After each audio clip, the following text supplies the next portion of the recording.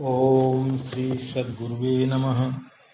चैतन्यं शाश्वतं शान्तं व्योमातीतं निरञ्जनं नादबिन्दुकलातीतं तस्मै श्रीगुरुवे नमः।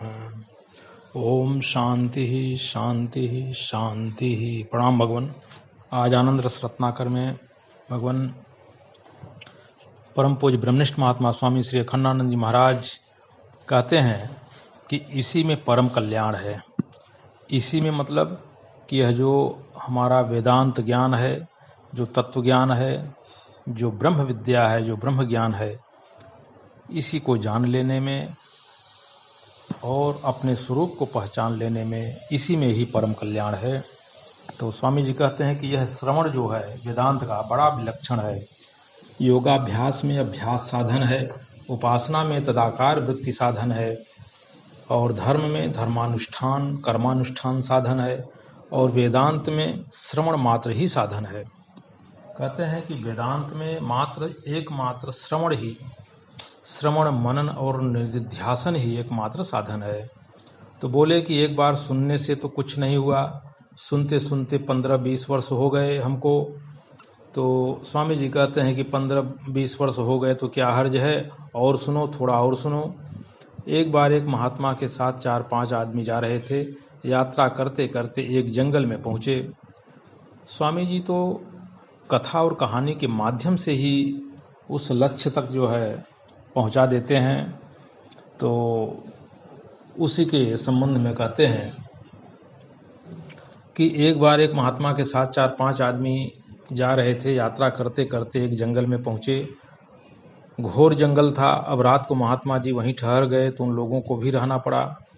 अब रात में सत्संग होने लगा, फिर ध्यान होने लगा। 3 पहर रात बीत गई, चौथे पहर की 2 घड़ी रात बीत गई। अब वे संसारी लोग जो साथ में थे तो वे कहें कि महाराज आज की रात तो प्रलय काल की रात हो गई। वे दुखी हों, यद्यपि सिर्फ 2 घड़ी ही रात बाकी रह गई थी। फिर भी वे घबरावें मरने को कि बिल्कुल अब यह रात नहीं बीतेगी। हम लोग तो महाराज आपके साथ आकर इस जंगल में फंस गए, मर गए। तो महात्मा जी समझावें कि बहुत बीत गई, अब थोड़ी सी ही बाकी है।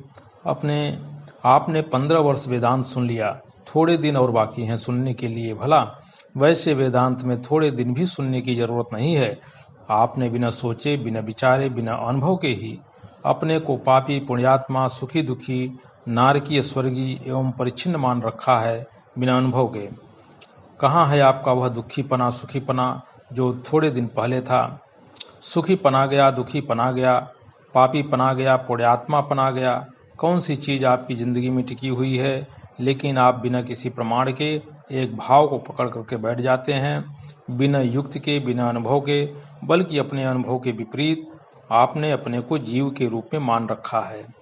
बल्कि अपने अनुभव के विपरीत आप अपने को जीव रूप में मान रखा है। स्वामी जी कहते हैं कि एक बृहदारण्यक उपनिषद का मंत्र है, एष नित्यो महिमा ब्राह्मणस्य न वर्धते कर्मणा नो कनीयान। कहते हैं यह ब्रह्मवेत्ता की नित्य महिमा है कि जो शुभ कर्म से न तो बढ़ती है और न अशुभ कर्म से घटती है। यह ब्रह्मवेत्ता की नित्य महिमा है जो शुभ कर्म से न तो बढ़ती है और न अशुभ कर्म से घटती है। यह तत्व ज्ञान की महिमा है, यह ब्रह्म ज्ञान की महिमा है। एक ही बार सुनने की जरूरत है। रात बीत चुकी है, 2 घड़ी बाकी है, अब घबराने की जरूरत नहीं है। और सुनो, थोड़ा और सुनो, देखो इसी में परम कल्याण है। तो स्वामी जी इस कथा के माध्यम से यही बताना चाह रहे हैं कि वेदांत का श्रवण ही परम कल्याण का कारक है, और इसको नित्य प्रति श्रवण मनन और निधिध्यासन के द्वारा श्रवण करते रहिए, और एक न एक दिन काम तो बन ही जाएगा क्योंकि जो कल्याण है वह इसी में है।